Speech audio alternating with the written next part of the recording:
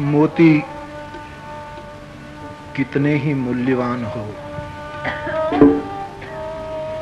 लेकिन इन प्रत्येक मोती की माला बनाने के लिए सूत्र चाहिए।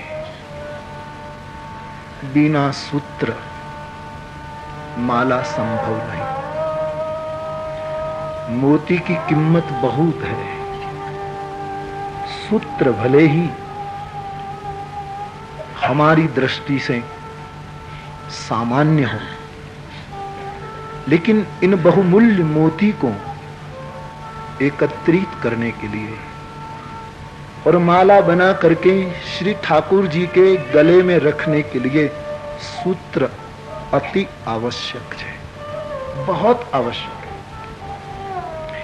गोस्वामी जी रामचरितमानस को भी सूत्र कहते हैं। रामचरित बर ताग, ताग मानी सूत्र। रामचरित भी ताग है, सूत्रात्मक है। कथा तो इसीलिए कही जाती है कि सूत्र आपकी समझ में आ जाए।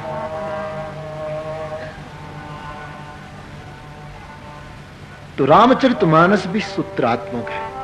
सूत्र के बिना माला नहीं बनती। इसलिए सांसारिक दृष्टि से सूत्र का मूल्य भले दाम की दृष्टि से, अर्थ की दृष्टि से भले ही कम हो और मोती का मूल्य भले ही ज्यादा हो, लेकिन अध्यात्म जगत में सूत्र का ही बहुत मूल्य है, मोती का मूल्य नहीं है। सूत्र प्राण है। सूत्र मोती के छिद्र को भर देता है, वरना बड़े बड़े मोती में भी कभी कभी छिद्र दिखाए। कितना ही ऊंचा जीवन इंसान का क्यों न हो, लेकिन कहीं न कहीं छिद्र हो जाता है। इन छिद्रों को भर देता है धागा, सूत्र। सूत्र से वो छिद्र भर जाता है और दर्शनीय हो जाती है माला। इसलिए सूत्र बहुत कीमती है। मैं आपसे इतना ही कहकर पुनः भगवान भूत भावन के इन पावन शब्दों की ओर ले चलूं कि ये सूत्र को यदि आप ठीक से एक दो सूत्र भी हृदयस्थ कर पाएं, तो ये सूत्र आपके समग्र जीवन के लिए सूत्रधार हो सकते हैं, आपके कप्तान हो सकते हैं, आपके नाविक हो सकते हैं। आइए शिव की इस परम मंगलमय वाणी सुने।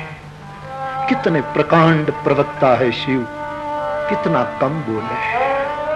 हम सबको सिखा रहे हैं कम बोलो, कम बोलो। कितना बोलने वाला है। हाँ?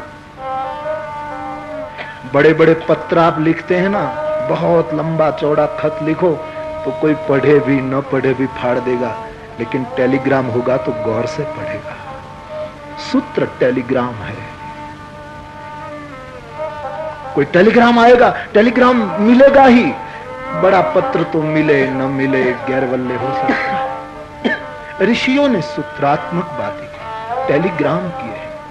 कम सुन, बस आ गया सब इसमें, और गौर से पढ़ेगा आदमी। ये सब टेलीग्राम है जीव के नाम पर। ये सब बुलावा है, ये निमंत्रण है शिव का। भगवान शिव निमंत्रण दे रहे हैं जीवों को कि ये मेरे टेलीग्राम को पढ़ो। और शिव के आगे के टेलीग्राम का हम उच्चारण करें। वो क्या कह रहे हैं, कुछ और सूत्र। आइए मेरे भाई बहन सुने और पाठ करें। गंगा बहती है न तो नित नूतन एक प्रवाह गया, इसके बाद आया वो इससे ज्यादा नूतन। इससे शिव के प्रत्येक सूत्र एक के बाद बहती गंगा की तरफ बहे। प्रथम सूत्र चीतम मंत्र। इसका अर्थ है चित्त को ही मंत्र बना दे। बहुत बड़ा समाधान है। चित्त ही मंत्र हो जाए। ए साधो, तेरे चित्त को ही तू मंत्र बना दे। क्यों शिव जी ने चित्त को मंत्र कहा? पहले तो ये समझ ले मेरे भाई बहन कि मंत्र किसे कहते हैं। हमारे शास्त्र में मंत्र की व्याख्या क्या है? मंत्र का अर्थ है बहुत पवित्रतम शब्द या वर्ण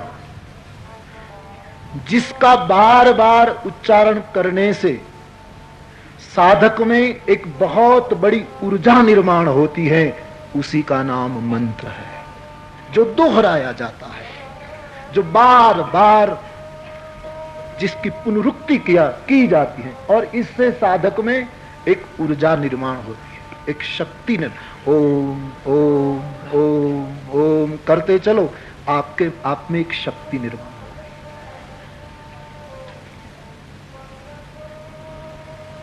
चित्त ही मंत्र है। ये बहुत बड़ा समाधान है हम लोगों के लिए, क्योंकि हम लोग अक्सर पूछते हैं कि मंत्र जाप करते हैं तब चित्त चंचल बना रहता है, स्थिर नहीं। ये हम सबका, चित्त कहो मन कहो, यहां दोनों एक अर्थ में है, क्योंकि अंतःकरण की बात है यहां चित्त शब्द में। मन चंचल रहता है। और आपकी समझ में आए ना आए मुझे पता नहीं, लेकिन हम आज जो हैं वो बहुत जन्मों के हमारे चित्त की सतत पुनरुक्ति का परिणाम है। बहुत जन्म की चित्त की पुनरुक्ति जो है, चित्त जो सोचता है कभी न कभी वो हो जाता है। बार बार कई जन्मों में हमारे चित्त ने कुछ विचार किए वो स्थूल हो गए।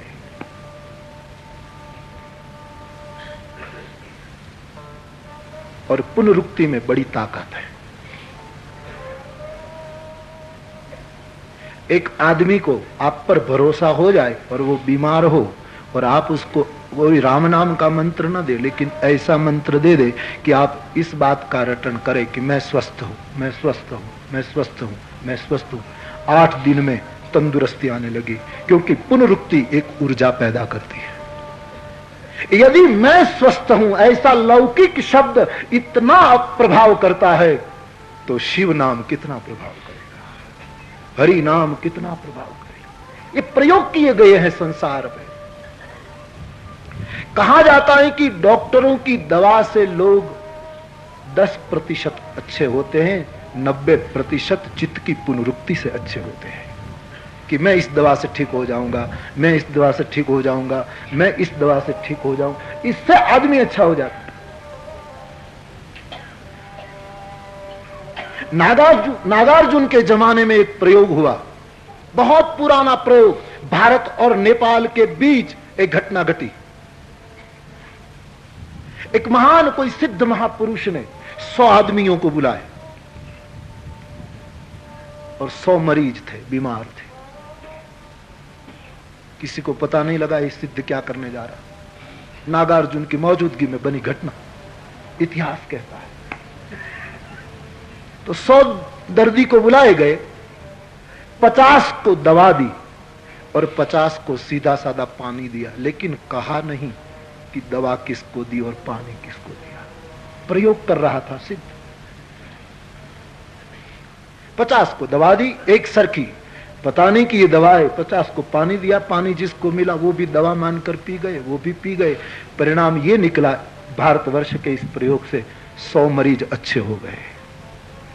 क्योंकि जल जिन्होंने पिया था जिसमें दवा बिल्कुल नहीं थी, लेकिन उसके मन में एक पुनरुक्ति चली चित्त में कि हम अच्छे हो जाएंगे, हम अच्छे हो जाएंगे, हम अच्छे हो जाएंगे, हम अच्छे हो जाएंगे, और वो अच्छे हो गए। आपको कोई संत कह दे कि दवा छोड़ दो, ठीक हो जाओगे, और आप ठीक हो जाते हैं। कैसे? आपके चित्त में एक मंत्र की भांति वो संत के शब्द घूमने लगते हैं, अच्छा हो जाऊंगा, अच्छा। चित्त ही मंत्र है। तो यहां 2 बात है। मंत्र की आलोचना नहीं है, आप मंत्र का जप जरूर करो, लेकिन फरियाद लोगों की ये है कि मंत्र जपते हमारा चित्त स्थिर नहीं होता है, इसलिए हमको मंत्र में आनंद नहीं आता। तो भगवान शिव कहते हैं चित्त को ही मंत्र बना दो, चित्त को ही मंत्र कर। मंत्र में चित्त लग जाए तो बहुत अच्छी बात है, न लगे तो स्वयं चित्त को मंत्र बना दो। चित्त की ऐसी अवस्था बनाई जाए। आप कहेंगे कि चित्त को मंत्र कैसे बनाया जाए? हमारा चित्त अहिगति सम है। गोस्वामी जी कहते हैं जाकर चित्त अहिगति सम भाई। अहिगति जैसे सांप की गति, सर्प जैसे चलता है इधर उधर उधर, कभी एक गति हमारे चित्त के नहीं। लेकिन ध्यान देना, सांप की गति वैसे वक्र होती है, लेकिन सांप जब अपने दर में जाता है तब सीधा हो जाता है। हाँ? ये तो सबने देखा होगा, जब सांप अपने गृह में जाता है तब बिल्कुल लकड़ी की तरह, दंड की तरह सीधा हो। वैसे हमारा चित्त जब तक संसार में है तब तक अहिगति है, लेकिन जब प्रभु में केंद्र में जाता है तब सीधा हो जाता है। लेकिन इसके लिए करें क्या? गोस्वामी जी चित्त की दशा को मित्र गुण वर्णन में अहिगति शब्द का प्रयोग करते हैं। जाकर चित्त अहिगति सम भाई, अस कुमित्र परिहरे भलाई। चित्त बहुत प्यारा शब्द है अध्यात्म जगत का। हमारे दादाजी पूज्यपाद महामंडलेश्वर विष्णु दादाजी कहा करते थे कि तुम चित्त को लाख गालियां दो, लेकिन वही चित्त तुम्हारी मुक्ति का कारण बनेगा। जो पानी कीचड़ पैदा करता है वो पानी कीचड़ को साफ भी कर देता है। चित्त को गालियां मत दो, चित्त को प्यार करो, चित्त को मंत्र बनाओ। आज तक क्या है, सूत्र के रूप में समझ लीजिए, आज तक हमारा चित्त यंत्र है। शिव कहते हैं उसको मंत्र बना दो। जिसका चित्त यंत्र से मंत्र बन गया वो महायोगी बन गया। यंत्र से परिवर्तित कर दे। बहुत सीधी सादी भाषा में कहा करते थे हमारे पूज्य श्री कि चित्त को लाख गालियां दो, भले वो चित्त बांधे, लेकिन वो ही चित्त तुम्हें छुड़ाएगा। जो चाबी ताले को बंद करती है वही चाबी ताले को खोल देती है। तो चित्त की बहुत प्रशंसा है। चित्त को स्थिर करें, अहिगति सम जो है, लेकिन कैसे करें, उसको मंत्रात्मक कैसे बनाएं?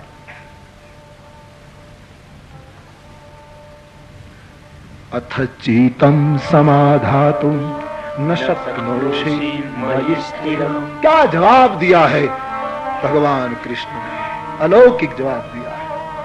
अथ चीतम समाधातुम न शक्नोषि मयि स्थिरम। यदि तेरा चित्त मुझ में न स्थिर होता हो तो तू एक अभ्यास कर, तू एक ऐसा अभ्यास कर, मेरी इच्छा कर। तेरे चित्त को आदत हो गई ना, तेरा चित्त नाम स्मरण से, मंत्र स्मरण से यदि मुझ में न लगा तो चिंता मत कर साधक। तो चित्त की इच्छा शुरू कर दे, एक पुनरुक्ति शुरू कर दे, मेरी इच्छा कर, मुझे कृष्ण चाहिए, मुझे कृष्ण चाहिए, मुझे कृष्ण चाहिए, मुझे कृष्ण चाहिए, मुझे कृष्ण चाहिए। बात बन जाएगी तेरी। मामीप छाप तुम धनंजय, तुम मेरी इच्छा कर, मेरे सिवा किसी की इच्छा न कर। और शास्त्रों में 3 इच्छा बताई है मेरे भाई बहन। हमारे शास्त्र बहुत समृद्ध है, बहुत समृद्ध। जीव में 3 इच्छा होती है। रामायण ने 3 ईषणा जो शास्त्रों की बताई हैं, और यहां 3 इच्छाएं कुछ अंतर के साथ बताई। 3 इच्छाएं होती हैं। एक तो जीने की इच्छा होती है, जिसको जिजीविषा कहते हैं। जीना है, और ये जिजीविषा मिटती नहीं। कभी कभी हम तीर्थ यात्रा में देखते हैं कि ऐसे रुग्ण रक्तपीत के रोगी हाथ पैर गल गए, न खा सकते हैं न पी सकते हैं, फिर भी हमको लगता है कि जीने का क्या स्वाद उसको बचा है। मर जाते तो अच्छे कल्याण हो, लेकिन उसको भी कोई चोट लगाएगा तो कहेगा नहीं, उसको भी जीना है। जिजीविषा मिटती नहीं। एक जीने की इच्छा होती है जीव को, दूसरी जानने की इच्छा होती है, और तीसरी परमात्मा को पाने की इच्छा होती है। जीने की इच्छा को शास्त्र सत कहता है, जानने की इच्छा को शास्त्र चित कहता है, और पाने की इच्छा को शास्त्र आनंद कहता है। ये सत्य चित्त आनंद है। इनमें से चित्त की चर्चा भूत भावन कर रहे हैं।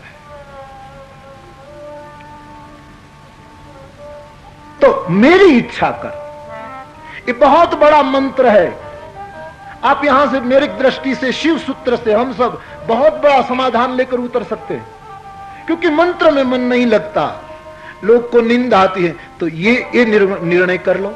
वहां उसके बाद तो भगवान कृष्ण ने बहुत, ये न कर सको तो ये करो, ये न करो तो ये करो, पूरा समाधान दे दिया है गीता में। इसमें तो यदि असमर्थ है तो ये कर, बहुत रास्ते दिखाए। यही तो हमारे भारतीय संस्कृति की परंपरा महानता है कि यहां बहुत मार्ग दिखाए, एक मार्ग नहीं। इस्लाम धर्म में लोग कहते हैं कि हिंदुओं में इतने देव देवता, इतने पंथ, इतने प्रवर्तक, ये सब उलझन है। ईसाई लोग कहते हैं ये सब इतने, कई हमारे लोग भी कहते हैं कि ये इतने बड़े पंथ हैं, इतने देवता हैं, एक होता तो अच्छा नहीं। ये जो अनेक पंथ है वो हम भारतीयों का वैभव है। एक होता तो गड़बड़ हो जाती। ये बहुत अच्छा है। हाँ, उसमें घर्षण हो गया, जड़ता आ गई, वो बात दूसरी है, वो हमारी बीमारी है। लेकिन अनेक पंथ हम भारतीयों का वैभव है, हम ऋषियों का विलास है। हाँ? एक महात्मा कह रहे थे, मैंने सुना है और बनी घटना बता रहे थे कि अमेरिका में मैं पहली बार गया। वो बता रहे थे महात्मा जी, तो गाड़ी में जा रहे थे, वो यजमान गृहस्थ स्वयं गाड़ी चला रहे थे। तो गाड़ी रुक गई, ट्रैफिक जाम हो गया, कतारें माइलों तक, 2-3 माइल तक कतारें, ट्रैफिक जाम हो गया। महात्मा जी कहने लगे, मैं पहली बार गया था तो इतनी बड़ी कतार मैंने देखी नहीं। तो मैंने पूछा ड्राइवर साहब को कि भाई साहब, जो यजमान थे, कि ये ऐसे क्यों सब रुक गए, 15-20 मिनट हो गई। बोले कुछ आगे गड़बड़ हुई होगी, सिग्नल के कारण तो इतनी देर नहीं लग सकती हमारे देश में, लेकिन कुछ गड़बड़ हुई, कोई एक्सीडेंट हुआ होगा या तो कोई ऐसी घटना घटी जिसमें देर लग सकती है। तो महात्मा ने कहा जरा देखो तो सही। वो आदमी गया, 10-15 मिनट लगी उसको जाने में, आने में 15 मिनट लगी, इतनी लंबी कतार थी। आकर खबर दी, महाराज बात ऐसी हुई कि किसी की गाड़ी रास्ते में ऐसे आड़ी फंस गई है कि अब वो इधर भी नहीं मुड़ सकती, उधर भी नहीं मुड़ सकती, और बिगड़ गई है। इसलिए सब ट्रैफिक रुका हुआ। तो अब क्या होगा, तो बहुत देर लगेगी। बोले नहीं, अब हमारे यहां ऐसी व्यवस्था है कि अब एक हेलीकॉप्टर आएगा और उससे लोहे की रस्सी, जंजीर नीचे उतारेगा और वो गाड़ी को पकड़ लेगा और हेलीकॉप्टर ऐसे ही ऊपर उठा करके जहां उसको रखनी हो वहां रख देगा। बाद में ये सब गाड़ियां आगे बढ़ेगी। स्वामी जी ने बहुत सुंदर बात कही कि तब से मैंने निर्णय लिया कि हमारे हिंदुस्तान में इतने आचार्यों ने बिलक बिलक पंथ दिखाई, अच्छा हुआ एक पंथ होता तो ट्रैफिक जाम हो जाता, सब रुक जाते, सब गड़बड़ हो जाती। लेकिन कभी रामानुज आए, कभी शंकर आए, कभी वल्लभ आए, कभी माधव आए, न जाने कितने मार्ग दिखाए कि ताकि तुम्हारे जीवन की गाड़ी कहीं रुक न जाए, तुम्हारी आध्यात्मिक गति कहीं अटक न जाए और आपको अपनी मंजिल दूसरे मार्ग से, कहीं और जगह से आपको मिलती रहे।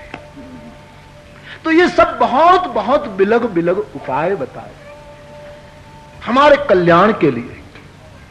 तो ये कितना बड़ा और आसान उपाय है कि तू ये पुनरुक्ति कर भाई। तुम्हें इच्छा करने की आदत है जन्म जन्म की, तो केवल इतना तू नहीं कर सकते कि मुझे कृष्ण चाहिए, मुझे कृष्ण चाहिए, मुझे कृष्ण चाहिए। अरे कृष्ण नाम न लो तो भी ऐसा बोलो मुझे वो चाहिए, मुझे वो चाहिए, तो भी बात बन जाएगी। अरे वो भी निकाल दो, मुझे चाहिए, मुझे चाहिए, मुझे चाहिए, पुनरुक्ति करने लगो। अरे मुझे भी हटा दो, चाहिए चाहिए चाहिए, बात बन जाएगी तेरे। तू तेरे चित्त को मंत्र बना दे। कितना प्यार से बोले हैं, जीव पर कितना अनुग्रह किया है। चित्त ही मंत्र बन जाए और एक बार चित्त मंत्र बन जाए। आपको पता है आपको क्रोध क्यों आता है? आप कोई क्रोध करना नहीं चाहता। सब जानते हैं कि क्रोध पाप का मूल है, नरक का द्वार है, क्रोध ही पाप करवाता है, सब जानते। फिर भी आपको क्रोध क्यों आता? क्योंकि तुम्हारा चित्त क्रोध की पुनरुक्ति कर रहा है। और क्रोध जितना आप दबाए, ये चित्त की दशा है, ये बिगड़ी हुई चित्त की अवस्था है, उसको मोड़ दो। क्रोध छोड़ने से नहीं छूटेगा, क्योंकि जन्म जन्म से चित्त ने अभ्यास किया है क्रोध का। जन्म जन्म से कृष्ण का अभ्यास नहीं किया, जन्म जन्म से बुद्ध की करुणा का अभ्यास नहीं किया। क्रोध को कैसे मिटाएं? अब बार बार देखिए ना, ये चित्त की दशा कितनी शक्ति पैदा करती है। आप क्रोध करते हैं, हम सब का अनुभव है, जब हम क्रोध करते हैं तब हम में बहुत शक्ति आ जाती है ना। आप ऐसे ही पत्थर नहीं उठा सकते, लेकिन क्रोध में बड़ी शिला उठा लेते हैं। जब गुस्सा आता है तो लकड़ी तोड़ देते हैं लोग, वैसे ऐसी स्थिति में लकड़ी नहीं तोड़ सकते, लेकिन गुस्सा आता है तो लाठी तोड़ देते। क्रोध में शक्ति केंद्रित हो जाती है, तो क्रोध में इतनी शक्ति केंद्रित हो जाए तो करुणा की शक्ति को कौन कहे। इसलिए मेरे भाई बहन, चित्त को कहो कि तू क्रोध कर, लेकिन उसको यह भी कहो कि हे मेरे चित्त, तू करुणा भी करो। क्रोध मिटने से नहीं मिटेगा, अपने आप को करुणा से भरने से क्रोध अपने आप मिटेगा। एक बहुत बड़ा उपाय है। संसार छोड़ने की बात मत करो, परमात्मा को पाने का अभ्यास करो। वो मिला, संसार छूटा। कौन छोड़ सका है संसार? यहां जो छोड़कर भागे हैं वो सब फंसे हैं। संसार छोड़ दिया, आश्रम बना लिया। संसार में थे तो कम से कम सुबह सुबह माला भी जपते थे। अब त्याग में तो ईंटों की कितनी ट्रक आई वो गिनने लगे, सीमेंट की कितनी थैलियां आई वो गिनने लगे। ये दशा हो जाती है। तो मुझे ये बात बहुत अच्छी लगती है शिव की, कि तुम चित्त को ऐसी पुनरुक्ति दो। क्रोध करे, छोड़ने की चिंता मत करो। क्रोध ऐसे छूटेगा भी नहीं मेरे भाई बहन। अनुभव का सत्य क्या है? क्रोध छूटता है क्या? हम लाख व्यास गादी पर से शांति की बात करें, लेकिन क्रोध जाएगा? क्रोध वैसे नहीं छूटता। मैंने कई बार कहा कि काम, क्रोध और लोभ तुम्हारे गुलाम नहीं कि तुम कह को चले जाओ और वो चले जाए, वो कभी नहीं जाएगा। इसके लिए तो एक ही उपाय है, करुणा से अपने आप को भरो, क्रोध पिघल जाएगा। एक प्रयोग करना, सच लगे तो रखना, वरना छोड़ देना। एक प्रयोग करना, जब क्रोध आए तब जप करो, मुझ में करुणा है, मुझ में करुणा है, मुझ में करुणा है। मैं प्रार्थना करता हूं आपसे, विनती करता हूं कि जब आपको क्रोध आए तब 2-3 मिनट इतना स्मरण करो, मुझ में करुणा है, मुझ में करुणा है, मुझ में करुणा है। ताकत नहीं क्रोध बचा रहे, तुम्हारा क्रोध हट जाएगा। तुम में जब काम हमला करे तो तुम कहो हम राम है, मुझ में राम बैठा है, राघव धनुर्धारी बैठा है, मुझे काम कुछ नहीं कर सकता, मेरा रक्षक सारंग पाणी है, काम की कोई गुंजाइश नहीं, तुम्हें कुछ कर पाए।